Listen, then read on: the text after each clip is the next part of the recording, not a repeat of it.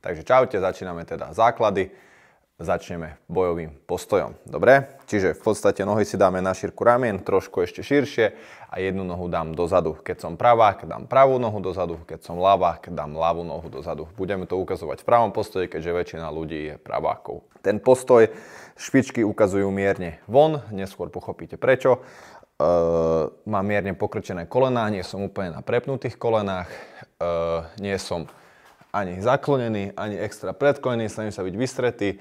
Ruky mám hore, v tom základnom postoji snažím mať ruky niekde pod očami a v podstate toto je náš nejaký základný postoj. Pohyb, najzákladnejší v postoji je, idem dopredu, dozadu, doprava, doľava, samozrejme, stále do ktorej strany idem, tá noha začína. Keď idem dopredu, vykročí predná noha, samozrejme, noha, ktorá je vpredu, je predná, vzadu je zadná, to isté ruky predná, zadná. Čiže keď idem dopredu, vykročím, dokročím, dozadu, vykročím, dokročím, doľava, vykročím, dokročím, vykročím, dokročím. Toto je základ a potom sa to v podstate len dáva do takého nejakého cvalu a už sa samozrejme vytáčam stále na supera. Stále ramená a bedrá ukazujú na supera, čiže v thai-boxe nestojíme bokom, dobre?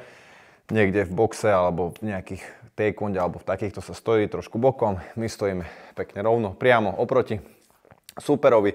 Dobre, aby sme vedeli pekne blokovať, aby sme vedeli dávať všetky naše techniky, ktoré chceme. Čiže toto je základný postoj.